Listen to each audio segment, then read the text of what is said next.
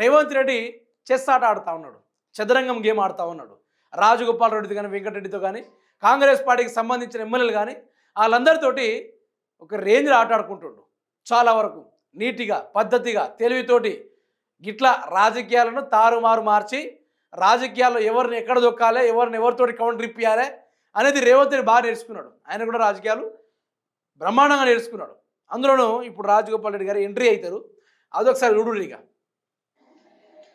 తుంగతుర్తిలో Congress party కార్యకర్తలందరికీ ఒకటే మాట చెప్తున్నా, నా అభిమానులకు, నా పిలుపు మేరకు సామెల్ని గెలిపించిన మీరందరికీ కూడా నేను క్షమాపణ చెప్తున్నా. ఒక తప్పుడు వ్యక్తిని తీసుకొచ్చి ఇక్కడ ఇప్పించిన అని చెప్పి నాకు అర్థమైంది. ఈ క్షమాపణ చెప్తున్నా. మందుల సామెల్ గారు ఏది ఆలోచించి మాట్లాడుతుండ్రో, నాకు టికెట్ ఇప్పిమని చెప్పి మా ఇంటికి ఒక 100 సార్లు వచ్చిండు. మన తుంగతుర్తితో సంబంధం లేకపోతే మన మా ఇంటికి వచ్చి టికెట్ ఇప్పిమని ఎందుకు అడిగిందో నాకు అర్థం కాలేదు.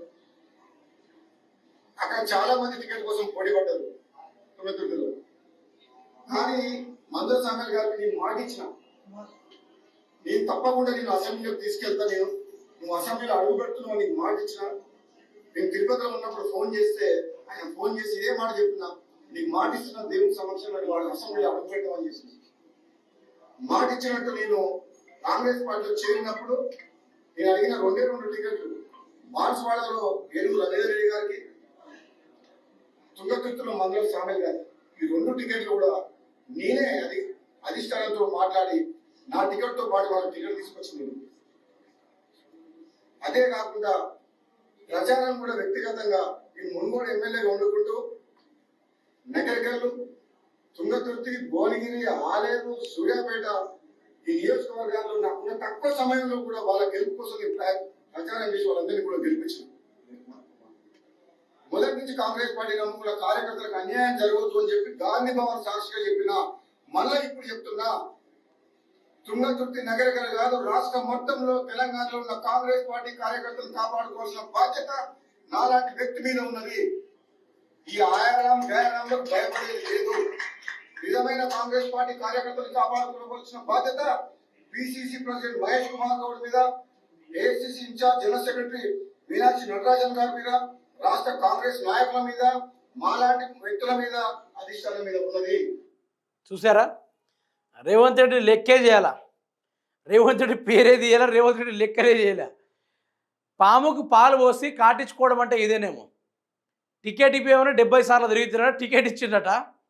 టికెట్ ఇచ్చి మరి ప్రచారం చేసి వచ్చినట మందుల సామెల్ని ఓటేసి గెలిపిర్రని. అయితే ఇక్కడ ఏం జరిగింది? పెంచిన పామే కాటేసినట్టుగా ఈరోజు మందుల సామె తిరిగి కాటేసిండు. ఈయనకు మంత్రి పదవి రావద్దని మందుల సామెల్ని రెచ్చగొట్టిండు రేవంత్ రెడ్డి. మందుల సామెల్ని తీసుకొచ్చాడు, టికెట్ ఇప్పించి ప్రచారం చేపించి గెలిపించినందుకు ముఖ్యమైన కార్యకర్తలకు క్షమాపణ చెప్తున్నా, నాది తప్పైపోయిందని చెప్పేసి ఈయన మాట్లాడుతూ ఉన్నాడు. ఇక్కడ మీకు ఏమర్థం కావాలి?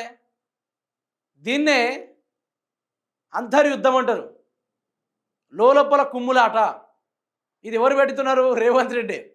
ఎవరైనా రాష్ట్రంలో అసలే కాంగ్రెస్ పార్టీ కరుకాలంలో ఉందంటే, అందులో 2 రాష్ట్రాలు మాత్రమే కాంగ్రెస్ పార్టీ ఉందంటే, సారీ 3 రాష్ట్రాలు కాంగ్రెస్ పార్టీ అధికారంలో ఉందంటే, ఈ ఉన్న కాంగ్రెస్ పార్టీ కూడా తెలంగాణ రాష్ట్రంలో ఊసిపోయేటట్టు ఉంది. వీళ్ళ దాంట్లో వీళ్ళే కొట్లాట.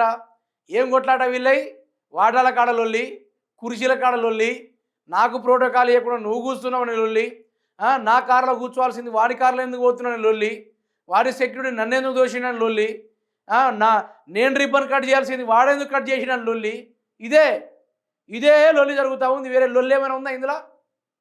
లొల్లి వీళ్ళ దాంట్లో. వేరే ముచ్చడే లేదు, వేరే కథే లేదు.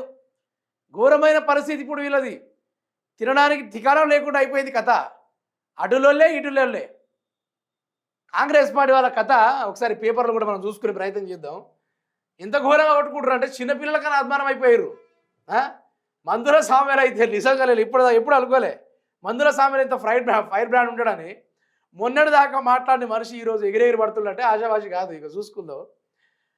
కోమటిరెడ్డి బ్రదర్స్ది అహంకారం, రాజగోపాల్ రెడ్డికి మంత్రి పదవి ఇవ్వద్దు, మా నియోజకవర్గాల్లో ఇతరుల పెత్తనం ఏంటి,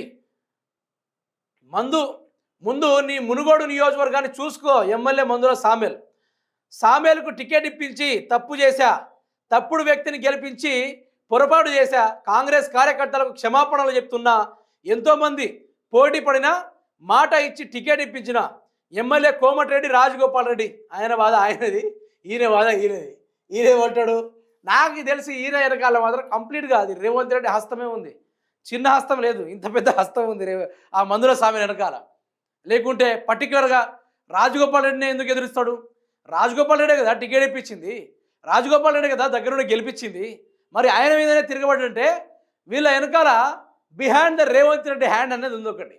రేవంత్ రెడ్డి హ్యాండ్ ఎట్లుందంటే, నువ్వు ఈ విధంగా ప్రయత్నం చేయి, ఈ విధంగా రాజగోపాల్ రెడ్డికి నీకు టికెట్ ఎక్కడిది, తెలంగాణ రాష్ట్రంలో మీకే ఇవ్వాలా, 2 కుటుంబాలకి మంత్రి పదవులు ఇవ్వాలా, ఈరోజు బంజారా బిడ్డలు గెలిచిర్రు, యాదవులు గెలిచిర్రు, వాళ్ళకు కూడా మంత్రి పదవులు ఇవ్వాలి కదా, వాళ్ళ సామాజిక వర్గంలో వాళ్ళు కూడా అభివృద్ధి చేసుకోవాలి కదా అని చెప్పేసి ఈ విధంగా రేవంత్ రెడ్డి ప్రేరేపిస్తే మందుల శామ్యుల్ ఈ విధంగా తిరగబడ్డాడు. సో నేనేమంటున్నా, ఈ తెలంగాణ రాష్ట్రంలో ఈ యొక్క కాంగ్రెస్ పార్టీలా రాహుల్ గాంధీ ఇట్లా తలబట్టుకొని కూర్చునేటట్టు అయిపోయింది పరిస్థితి.